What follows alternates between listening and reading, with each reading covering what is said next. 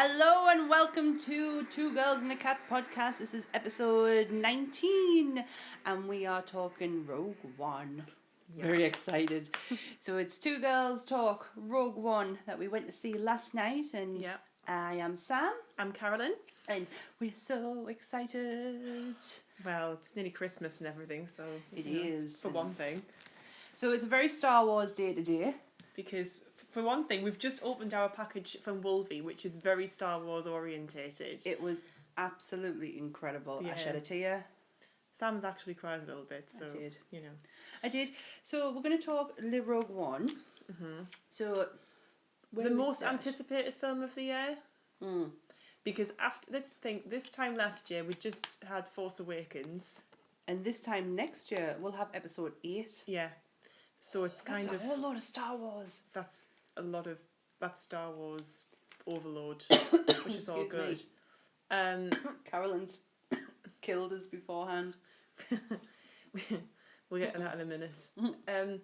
So this has kind of been like, we had episode 7 and everyone is just so fired up for episode 8 and totally kind of thought, hold on a minute, there's not episode 8 2016, it's actually something else. And what is something else? I mean, this is the best. And nothing taken away from Civil War. I love that, but this is the best film I've seen all year and probably for a really long time. It was whoever sat in that room and said, "This is what I want to do." I just want to give him a big hug because it's amazing. If even if you are not a Star Wars fan and you are going into Jesus, sorry, Don't know. it's your fault. I made Sam laugh quite a bit before, so she's dying over here. I really am. Even if you're not a Star Wars fan, this is the perfect starting point. Yeah, like if you've never seen Star Wars before and you're like, oh, what's that all about? Because there are people like that. Maybe start with this film. Maybe Yeah. start with this, then go into New Hope, and everything will just start coming together. Maybe don't watch the first 3. Or if you've got nothing else to do, watch the first 3. I'm going to watch the first 3. I said to you last night when we were leaving, I'm going to watch them in order. And I'm even going to watch the first, the first, from the Phantom Menace, because, like I said to you last night, there might be shit films, but they're still part of the Star Wars lore. Yeah. So you got to respect them in that way, even if they were crap. But this film was just visually beautiful. Storyline, stellar. Cast, perfect. It's just, I don't think I can really get the words out how good this film actually is. Yeah.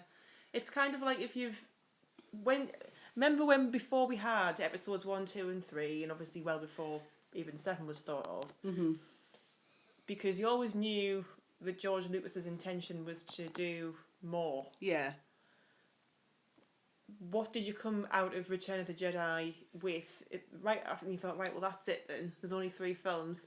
What else do I really want to know about? And I think this film answers probably half of those questions before you've known about 1, 2 and 3, because obviously they do give, despite what people say, give it this, it does give you, the groundwork for the story, but this film gives you so much more than 1, 2 and 3 put together. Yes, because this answers, let's just say from now on going forward, it's a spoiler territory.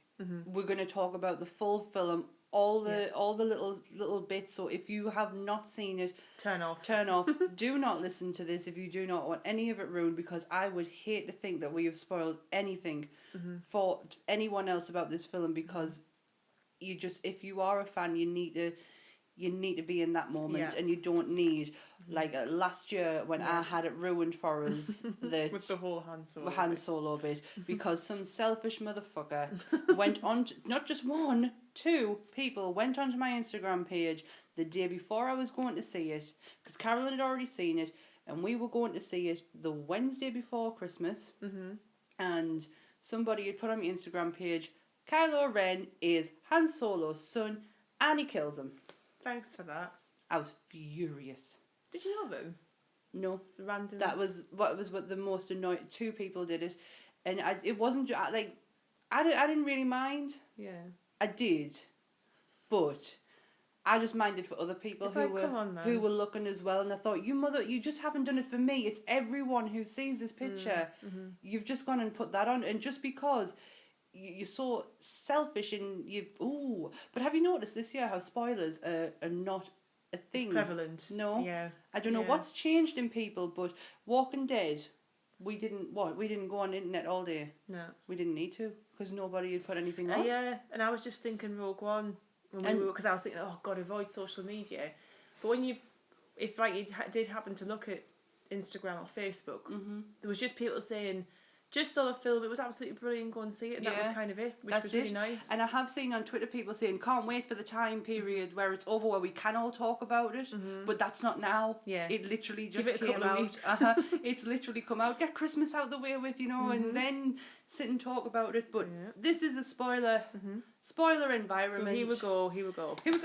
So this starts off where we meet Galen Erso, Mads played Mikkelsen. by The Sam's future husband. Please don't tell Anne. The beautiful Mads Mikkelsen. He is outstanding in this film. And you know what I loved about this film is that they made it so easy to understand. Yeah. Do you know how some can be like really like Cryptic, like who's he and where's he come yes, from? this was so straightforward. Yeah. So they're like, right, so this is Galen Erso. He's an imperial scientist who shunned Vader and shunned the ideas of what they wanted to build, which was the Death Star. Yeah. But they need him very badly because he's so brilliant. He's probably the only person who can build this weapon for them. And he has a family, he has a daughter, and he has his wife, and he looks like at the beginning of the film, it looks like he's come out of that life, because if he's a farmer, isn't when he? you see him later on in his outfit, he's all well to do, isn't he? Yeah. Hair slicked back and very clean, and he's covered in soil and God knows what. Yeah, they so live underground, don't they? and they've got a plan of action of what happens if this happens, because they know it is going to happen. They know that they're going to come after him because of how good he is. And at the beginning he says to Jin, forgive us for what I'm about to do, one day you'll understand. And I'm so glad she did. Yeah. Because did you not get the impression in the trailers she hated her dad? Or was that just me? That she kind of had a bit of a hatred for him, and she can't believe that he was back in her life. That's the impression I got, From which the is trailers. which is the complete opposite.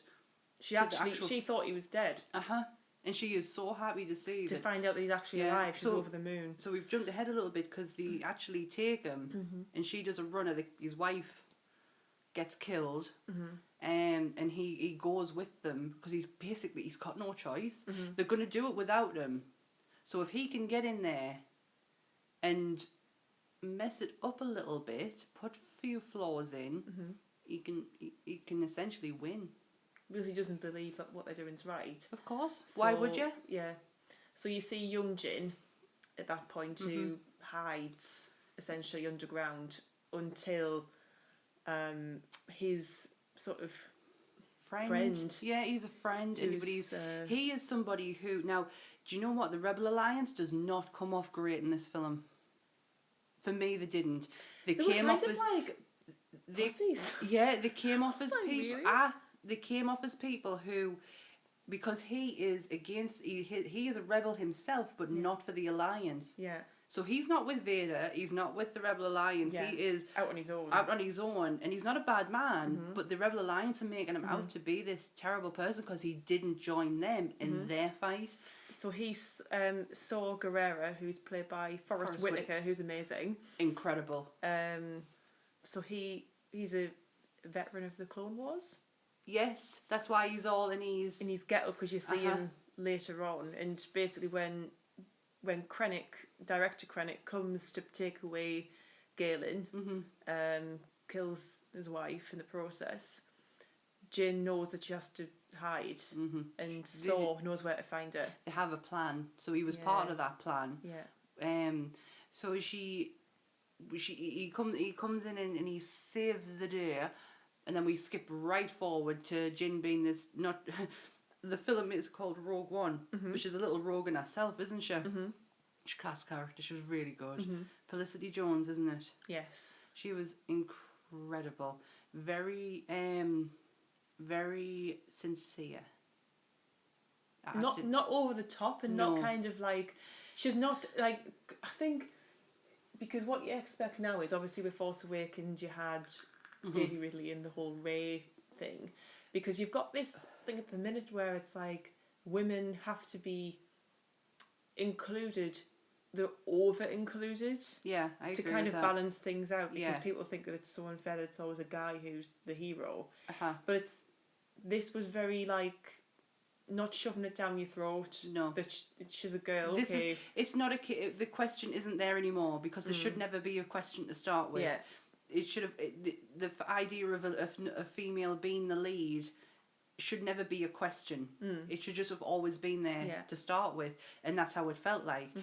Daisy Ridley did feel like, not on her but everyone else, she is the lead, and pushed in your face. Whereas with the way they've done it with Felicity Jones is she's equal to everybody else. Completely equal. So I thought that was I really liked that. Or they've made everyone else equal to her.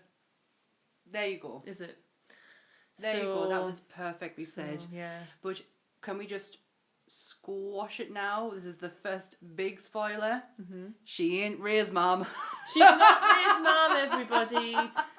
There's no relation to Rey or anybody else, as far as we know. Because if we listened carefully in New Hope, there is a line in there it's either along the lines of, I think it's Leia who says, there's people who got these plans, risked their lives for these plans. These are the people. This is the story. Did we think that they were coming out alive? So how the fuck was she meant to meet Luke? That was the first big spoiler. Yeah, they don't make it. But we should have known that. And we've all been sitting there making speculations about all these characters. Now we know why there's never going to be a Rogue 2.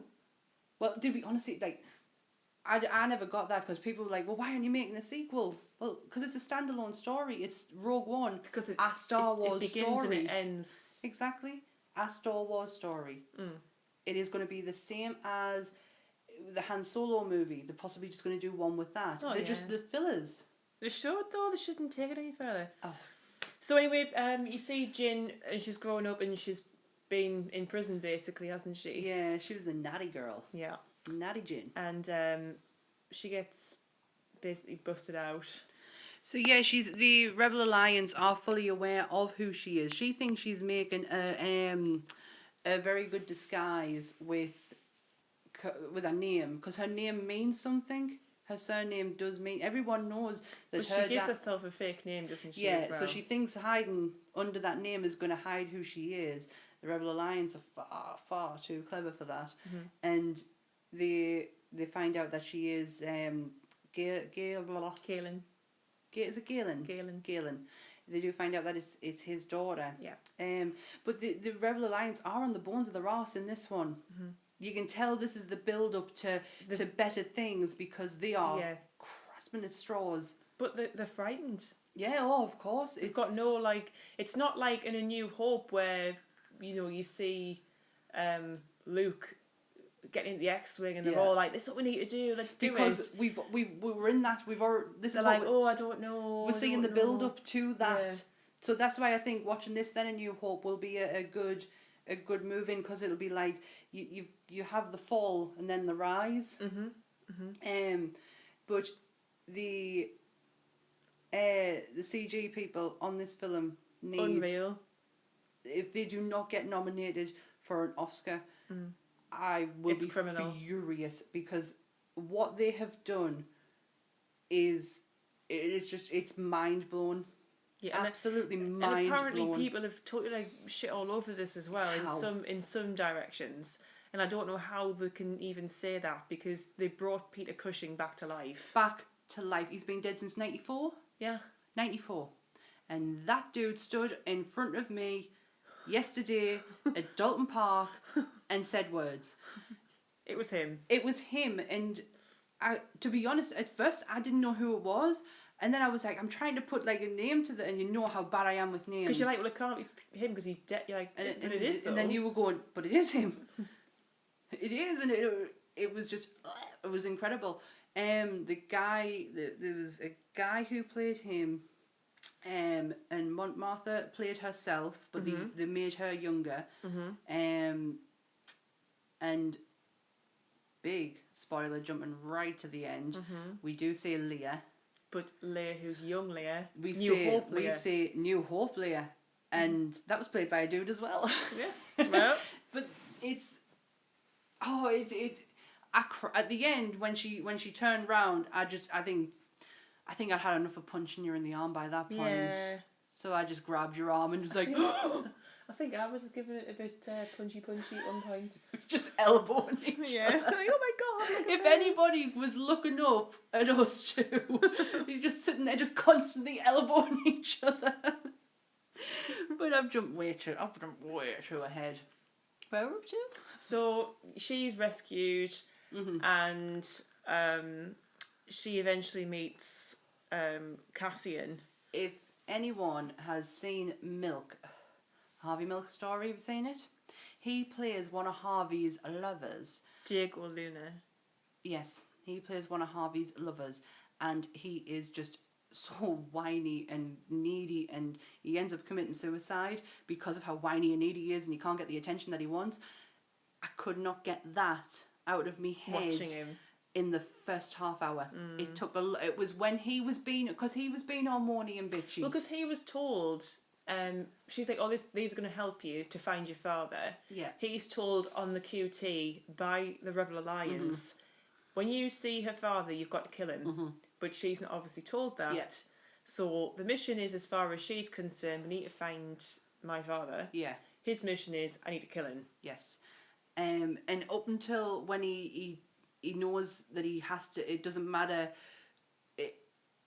He has to do what's right, regardless of what the Rebel Alliance said. That's when it started to change for us. But can we just talk about the droid? Right. K2SO. K2SO is now my favourite droid ever. Witty, dry sense of humour. What's his name? Guy who plays him is Alan Tudyk. Oh my god. If you're a Firefly fan, he's the pilot in Firefly. He's also Pirate Steve in Dodgeball. He is an incredible actor, and he brought so much sass to that droid. I could not stop laughing. He was C-3PO, but not camp. I think. He was a mean version. Yeah. Because he was like, I hate all of you. he just doesn't like anybody. He's like, I hate all of you, go away. But at the end, you actually realise that he's not. He gave his life for that. Oh God, yeah. he did. Yeah. And what you've got to remember is he is an Imperial droid who has been reprogrammed. So there is still a lot of bitterness running through them circuits. But the Rebel Alliance have reprogrammed him, and he is hilarious from start to that dramatic finish where. Got very emotional. I got really emotional through some of it, but not to the point where I felt like I wanted to bawl my eyes out because I was too busy waiting to see what was going to happen next. Yeah. It wasn't like when I get upset over Game of Thrones or Walking Dead, because you know fine well that's going to be dragged out. Yeah. The action in this was non-stop, start to finish. So I couldn't get too teary-eyed. No. And as well, just whilst we're sitting here and I'm just kind of looking at the cast, Jimmy Smits, who plays Bail Organa. The Organa name. The Organa name. Now that is Leia's. I want to say stepdad. Like adopted father. Yeah. And they kind of younged him up a little bit. Dexter fans, he is Miguel. The camera just like pans into him and it's like, ta-da! They do it with everyone though, don't they? They did it with Peter Cushing, like, ta-da! Here they are. Here they are. Look at them, how young they are. And you know, at some point, because isn't there a part in the film where they say, how can I get this? you think Obi-Wan's going to come into it? That's what I they thought. do, and because that'll lead into the blind guy, the guy the he's not a Jedi, but he is with the Force. Yeah. And that'll lead into that because that's where that conversation comes from. So when Jin and how do you pronounce that dude's name? Cassian. Yes, Cassian. When Jin and Cassian are in we said we would be prepared for where they were. What do you want? The first place they were on that got destroyed. Jeddah. Well, that makes a lot of sense, doesn't it? Because the Jedi temple's there. When they're on Jeddah, that was to myself. When they're on Jeddah, they meet. What's his name? The Jedi guy. You're gonna say his real name. Donnie Yen. Donnie who's Yen. Chirrut Imwe. Well, I'm really glad I have you here. I've been paying attention. It's not paying attention. I just can't pronunciate the names.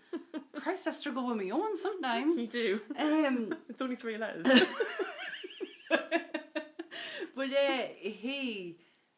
you think from when you see him in the trailer he's going to be so serious, and he's not. He's hilarious. He's just jokey, but hard as nails at the same time. Hard as funk. See, because he believes in the Force. Yes. And she thinks that they're Jedis. She says, "Are they Jedis?" And he says, "No, they're just a bunch of nutters." Yeah, he like what do you call them? What's the word I'm looking for? Don't know. You know, help you. You know. Nobody can read your mind, my son, have you? Like sort of Jedi sympathisers. That's it. That's what I was looking for. See, you can. So. Dickhead. So. You think, is he a Jedi? Mm-hmm. But is he? Is he? Did you think his staff was going to turn into a saber at some point? But did you know that the crystal that was around her neck is the crystal that is in sabers? Yeah. So I thought at one point, oh my God, her crystal's going to go into his staff and saber. But no, it didn't. He is quite old school Jedi, so he's quite spiritual with the Jedi, and he prays a lot. Yeah. And he has his Mandalorian friend. He is Mandalorian, isn't he? His Mandalorian friend with him, who is his other set of eyes. Yeah. Because even though he's blind, his senses are fully in it. Like he had this huge fight scene where he took out every single stormtrooper and dodged every bullet and come out unscathed and still had a witty one-liner at the end of it. But the best part was when they put the bag over his head and he was are you serious? I'm blind. I am blind. And he had the way he talked as well, I thought was quite cheeky. Yeah. He had a cheeky little twang to him. Yeah. Because you expect when you see these amazing fight scenes that he's going to be dead serious. Yeah. And he wasn't. Even his friend, his Mandalorian friend was... who's Baze Malbus. He was... They just fit perfectly. Also a rebel warrior. Right. Now, apparently there's a lot of connections with Star Wars Rebels. Yeah, rebel warrior and mercenary, so he's quit. Right. And he's kind of like, so this is something we're going to have to watch, you know. Yeah, we're going to have to watch it. I mean, you see them then help Jin and Cassian because they're on Jeddah and it's all very tense. It all kicks off. The Imperial stormtroopers are there, and it just goes nuts, doesn't it? Well, what they're looking for originally is they're looking for her dad, but they also want to get a message to Forrest Whitaker. Yeah. And to say to him, we're opening the channel up. We need you as much as you need us. Join forces with us. And they're using Jin to do that because she was close with them. And she has a lot of abandonment issues. Yes. A dad left her, a mum left her, and then he left her. From the sounds of it, when she was a teenager, there must have been some sort of fight, and he put her down a hole and left her. But he did it to protect her. They're doing it to protect her. I think she sees that straight away. I think she gets over her bullshit very quickly because she knows she has to. Yeah, I think it's anger that comes Yes. out as to why she's been left on her Yeah, own. rather and than- then once she speaks to him and sees him, she kind of she knows that She's pleased to see him, yeah, isn't he she? was actually doing it for my benefit. Yeah. And I think she starts to put two and two together at this point that they are using her Yeah. for other reasons than what they have sent her here for originally.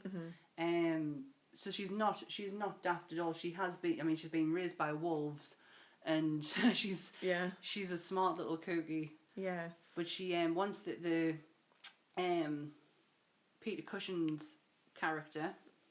Tarkin. Yes, he wants a demonstration of the Death Star because apparently the forces up above, like Mr. Vader, don't believe that it works, and Well, as soon as they see, they use it on Jeddah. they do, and they take Jeddah out, which was incredible to watch. Because you think, God, they do actually get out of Jeddah by the skin of their teeth, don't they? Yeah, but it was the way that they did it, because if you think Death Star and Reyes, you just think Rey hit, boom, it's gone. Yeah. It didn't. It came from the inside, so all the destruction came inwards. Yeah, it was like Inception. It was. It was not unlike in Doctor Strange when you see the everything just coming the floor forward. comes up and over, doesn't it? But that's how and when they realise that Jeddah's gone, then he tries to take credit.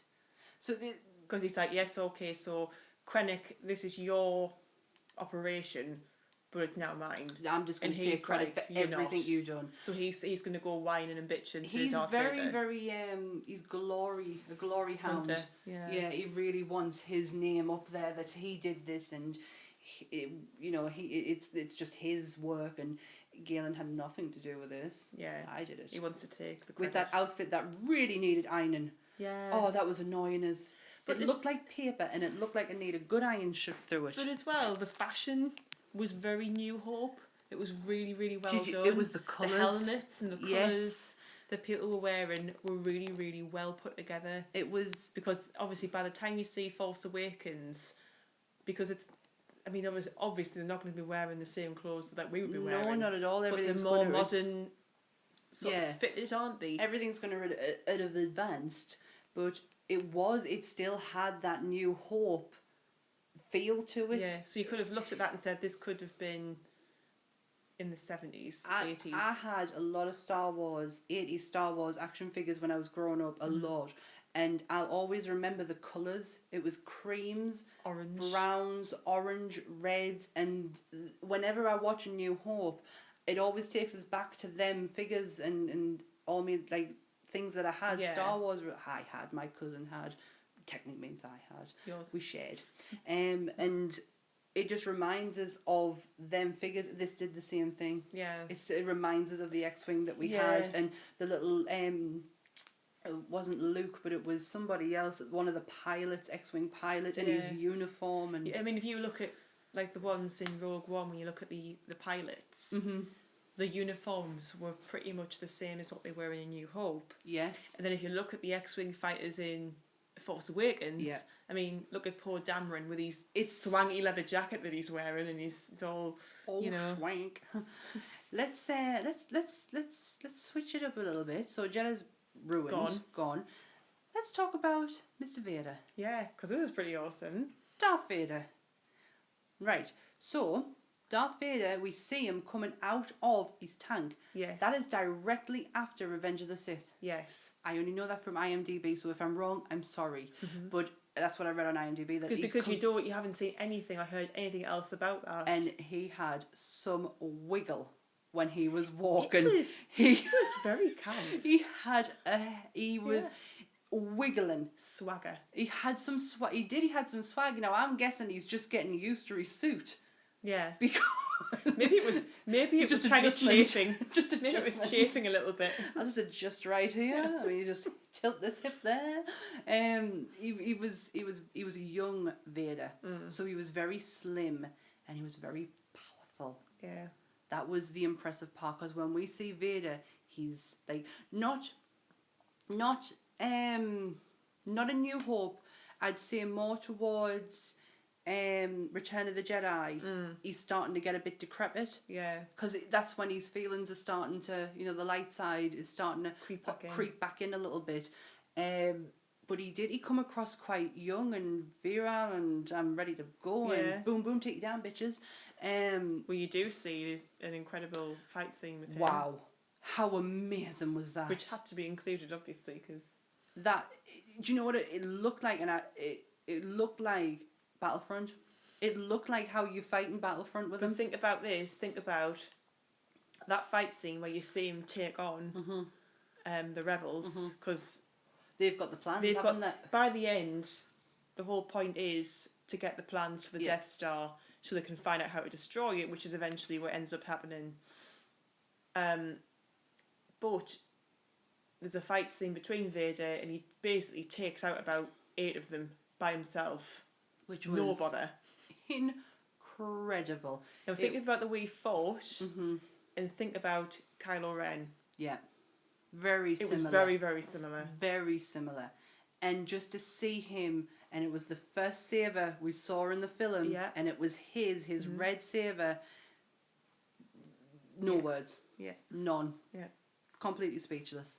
I think I just stood there and went, oh my God. Oh my God. And he did have some rather snazzy leather trousers, I noticed at one point. How do you think you made that wiggle work? Well, I mean, they were like Tom Jones's pants. He was. Wow. The guy who played him he's English. I can't think of what else he's been in. He's quite a young actor. Not young. His work isn't as long as everyone else's. So Vader was just incredible. Yeah. So Jedda's gone. They eventually find Galen, don't they? Yeah. They find him, and what do you call him? The guy with a really bad white outfit. It looks like paper. Krennic. Doesn't it look like it was paper? His uniform. Yeah, it was like. Yeah, I know what you mean. It looked like. It was like that paper you used to get at school to draw on that was really thin, and they just kind of draped it around his shoulders. Yes. And stuff. It looked. Not that the costumes were bad because they weren't. No, it was just they weren't. The material. And he looked incredible. His cape was amazing. He looked like that guy from Rebels who people were booting off about when we were at Star Wars Celebration. Right. It looked like him. Like it looked like his uniform. So that's what made us want to watch Rebels. I was like, I want to know. Gonna have to. I want to know a bit more about the. I do now. Like, I've known the Star Wars story. Yeah. Every Star Wars fan knows the Star Wars story, but I'm kind of getting to the point now where I want to know more. Yeah. I want to delve in a little bit deeper. I want to know about the Clone Wars properly. I want to know it better than the second film can teach us. I think if you're gonna get the most out of Star Wars, you're gonna have to know that. To and I think understand every reference. that's what I want. And I never used to. I've always been happy just knowing the Star Wars story. So, what we've left out is the introduction of Bodhi, who is the former Imperial pilot who has been told. He was given the message. So the reason why this is all happening for is because this pilot has delivered a message from Galen to Forrest Whitaker's character. Saw. Yes. But Saw thinks he's there to trick him. So he puts him in with this thing. Yeah. To try and find out if he's lying, but I think Saw's actually going a little bit doolally. I don't.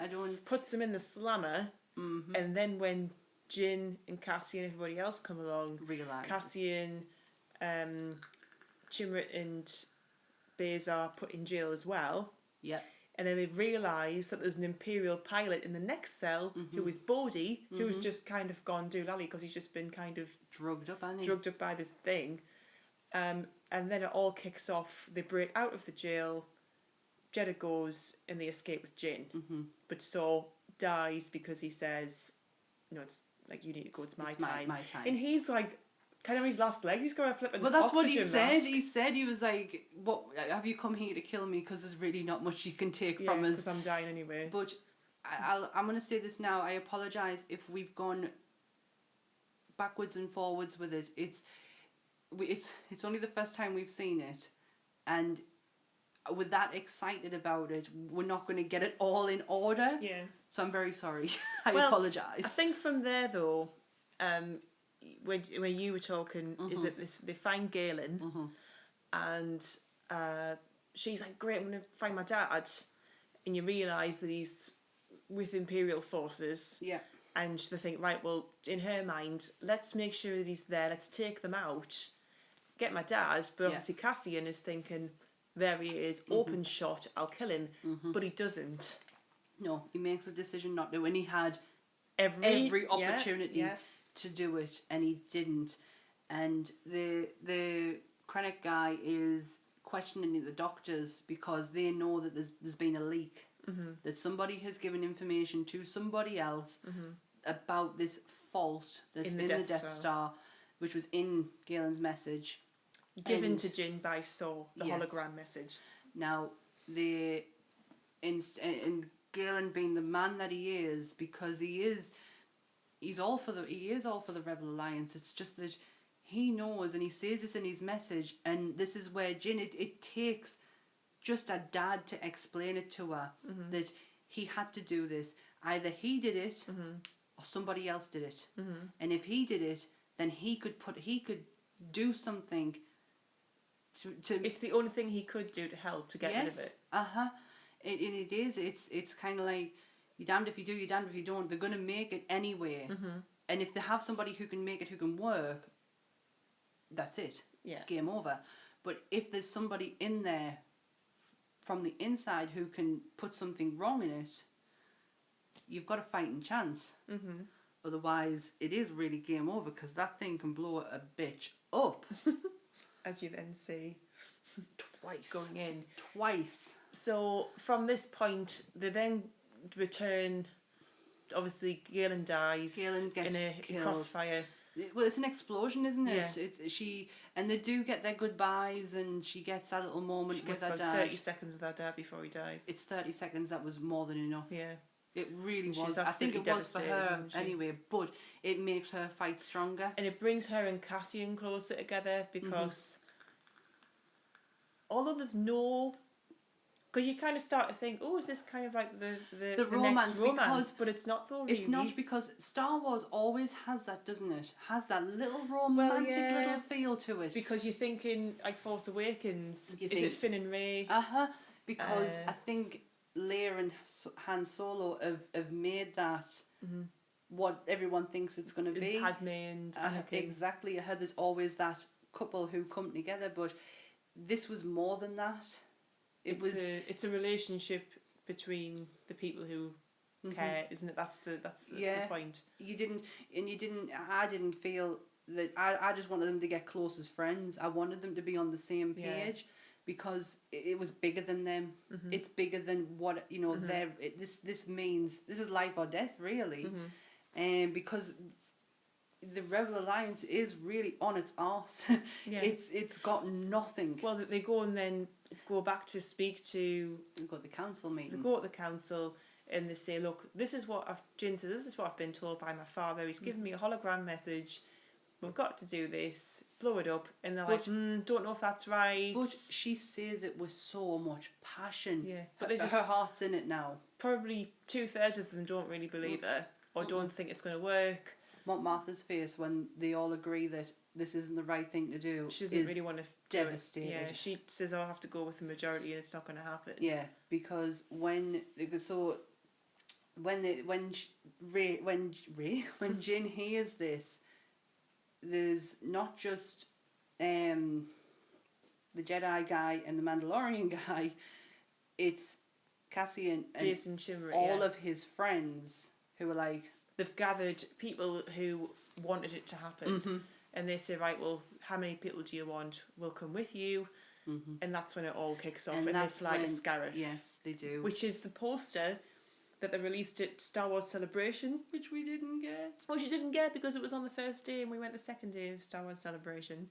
And it's kind of like palm trees and nice, clean blue water. And it's really, really pretty. Beaches. It's and the big antenna station thing is in the middle.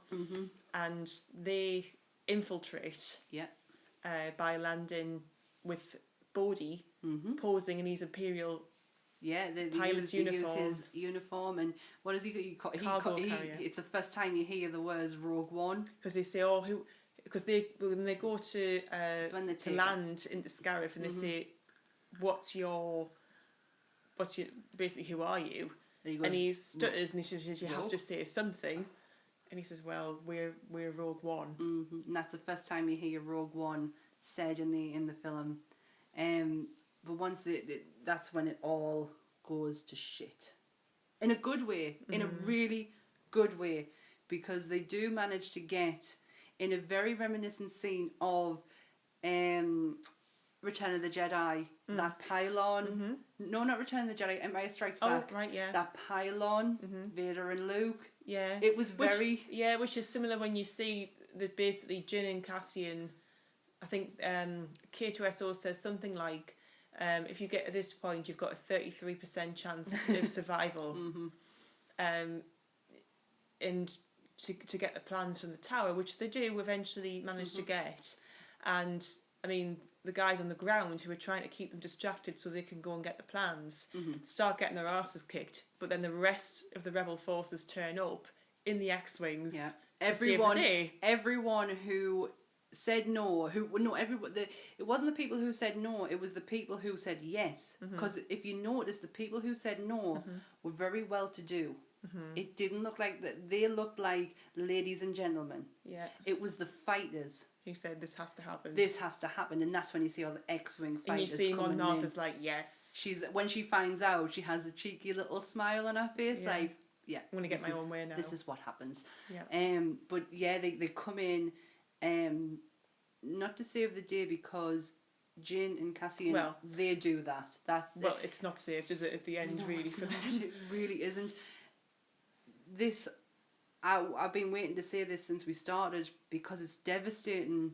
This whole cast of rogues die. Every one of them goes. Die. They all die. But as heroes. Yeah. As we were told in New Hope. Yeah. We were foretold these people died as heroes, and Christ, they did. The Jedi guy, and he went out in fucking style. And the Mandalorian guy went out even bigger because he was following in the footsteps. He was praying. He was doing the Jedi prayer to the Force, and he got so far before he got taken down. And the deaths were dramatic but fitting to the people that they were. And once it's all said and done, and the plans have been sent off, and they have managed to get to where they need to be, the Death Star is being triggered. Yeah. And Scarif blows up as well. Gone with Cassian and Jyn cuddling. They just hug each other and into like this tidal wave. Woof, gone. And when it happened, I went no, like that, no. Because you think they got out of Jeddah, so they're going to get out of here as well. And then I thought, no, this is how it's meant to be. And it was devastating. It was devastating because in such a short space of time, it wasn't just that you got invested in them. You were really rooting for them. Yeah. Your investment was in from the minute you knew what they planned to do, and just seeing their little, like, the personality of them all. They weren't all dead serious. They were pretty funny. And just watching them one by one, and it started with a droid, and onwards and onwards and onwards, and they all went. But the payoff was when the plans were delivered to Leia. Right at the end. Right at the end, before the end credits roll. Because at first, when you see the back of her, don't you? Did you know what was going to be her? No. Because I thought, it's obviously a woman. Well, you hit me. And I was like... No, it's not. No, we both. But then I suddenly thought, of course, because this is where A New Hope starts. And this is because the point is, get the plans, get them out. How in A New Hope did they know what to do? Because Leia got the plan back to the council. Yes. So that's obviously how she. And then she got captured by Vader. And then she sent the message to Obi-Wan. Yeah, and that's where it all starts. And that's where A New Hope starts. And you've come full circle, you see. It does, and it's just absolute genius what they have done with this film. We knew when Disney bought the rights to Star Wars, we were going to get something special. I don't think we ever imagined it was going to All be of this. this. And just to hear the reviews from the second it came out, Kevin Smith said it's a MIS Strikes Back. It's that kind of feel.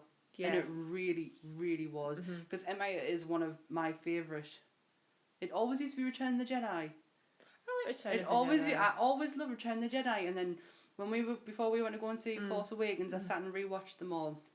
And I just remember watching MIA. And normally if I'm watching something and I'm bored, or not even bored, I'm just flick through my phone. I don't think I picked my phone up once. No.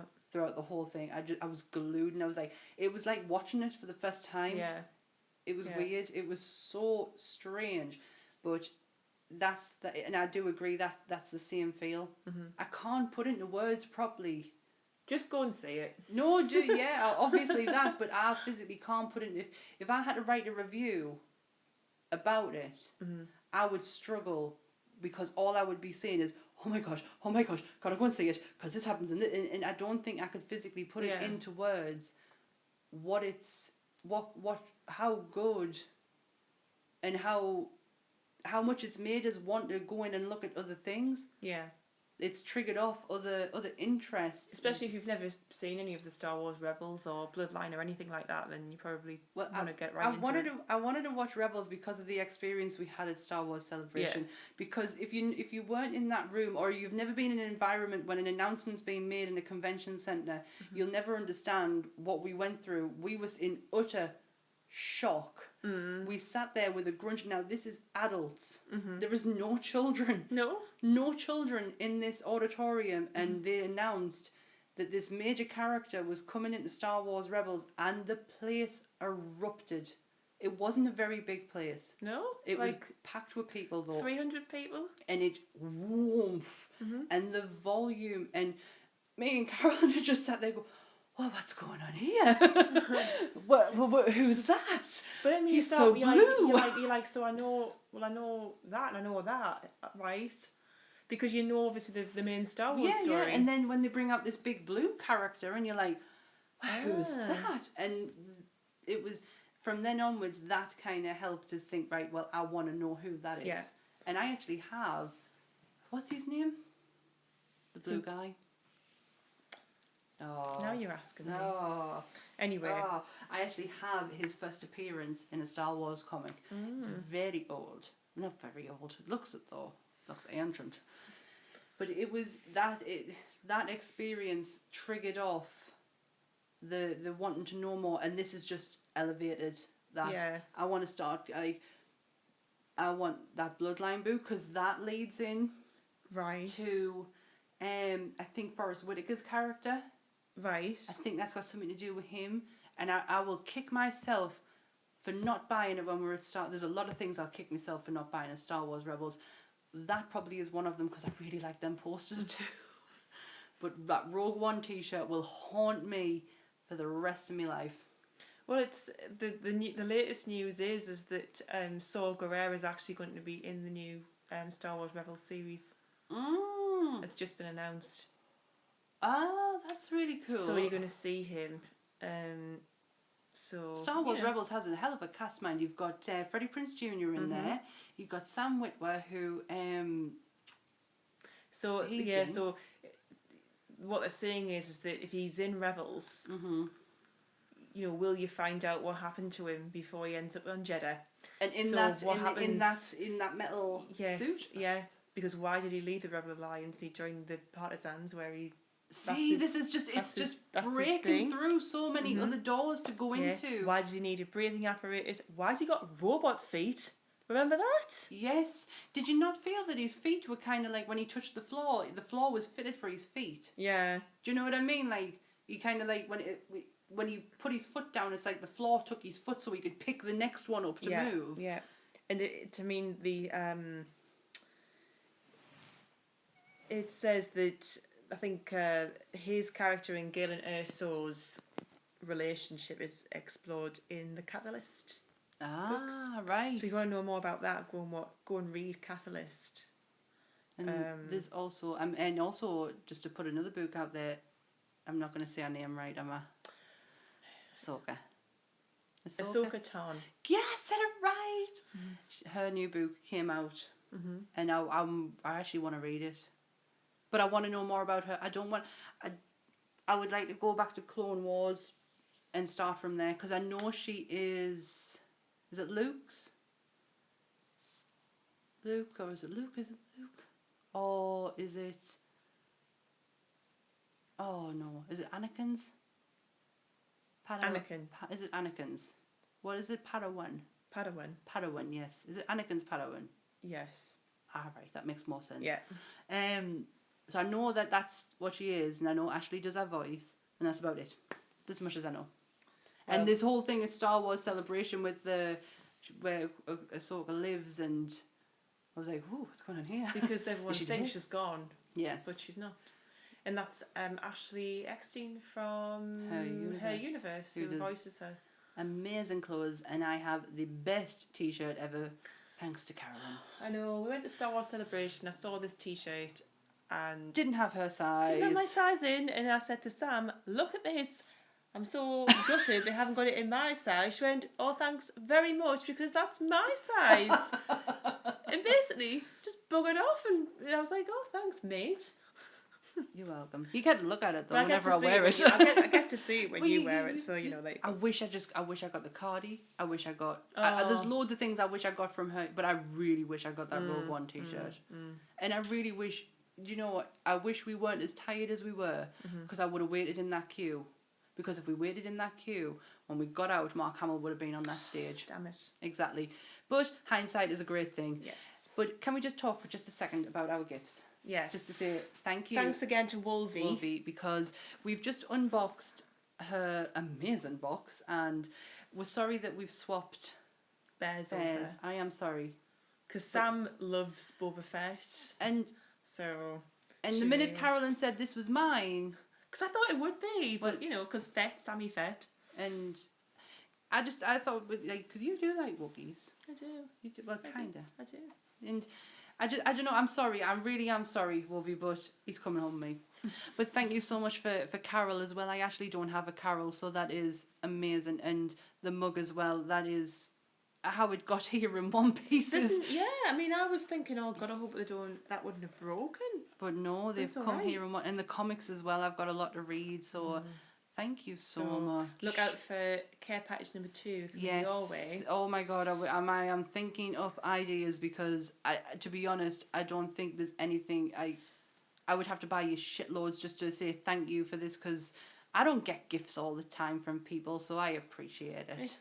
It is. So thank you very much. And Portia says thanks for her cardboard box. She loves it. She's sitting in it right now. She will be in there for the rest of the weekend, I'm telling you. So we were going to do an end of year podcast, but we're running out of time. Yeah. And this is our last Saturday together, because next week is Christmas Day. Christmas Eve, Christmas Day. Yeah. And we are seeing each other on Christmas Eve, but we are still friends at the same time. I mean, let's see whether or not we have time to do a quick one on Christmas Eve.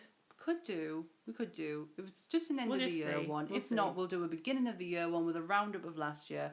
But next year, I feel that we need to be a bit more prepared, because we come into these, we know what we're doing on this one, but we have no idea what we're doing the next one. This has been like this is the first time we've ever done podcasts or anything, and it's been the first year of it, and we've learned a lot. We really have, and we think we're going to move away from the phone. Yeah. And because we do use a phone, we're very basic. We don't edit anything. Everything you hear is as it is. We just, so you listen to us babble on. It's because that's what's happening. We don't edit anything out. So I feel next year we're going to start making it a bit more polished. Yes, even though the audio is incredible on our phones, a hell of a lot better than what we had before. Yeah. Because if you listen to our first podcast, which is the Civil War one, which was a really good podcast, there's a lot of feedback on it, yeah. A lot of it. But it was really, and we're just learning as we go along, So I think we'll be a bit more organised next year. We'll definitely do a lot more Walking Dead. Game of Thrones is coming back, so we'll do our recaps like we did last year. But organisation will be the key. Me and Carolyn have our own stuff that we're doing. We've got ideas, so we've got Things a lot of to get off the ground we've next got year. we've got a lot of creative stuff. There's a lot of things happening next year. A lot of changes for both of us happening Lots next year. of things.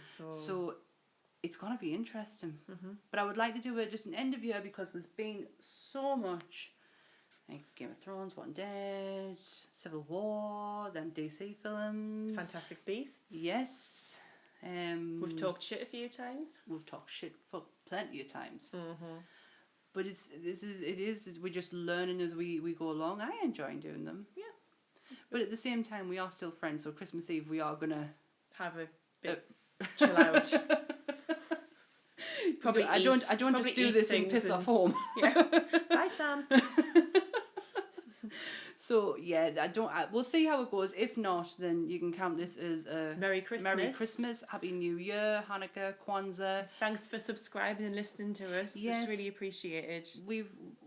I hope next year we'll. Oh, look at that, man! I've just shown Sam Chewie's little paw. Oh, look on his to see if he's got one. He's got one on his foot. Has he? He's got a Star Wars on his foot. Fuck you and your fucking... Oh. No, you don't have a Star Wars on your foot. I don't know where it is. Not on his bum. Not on his bum.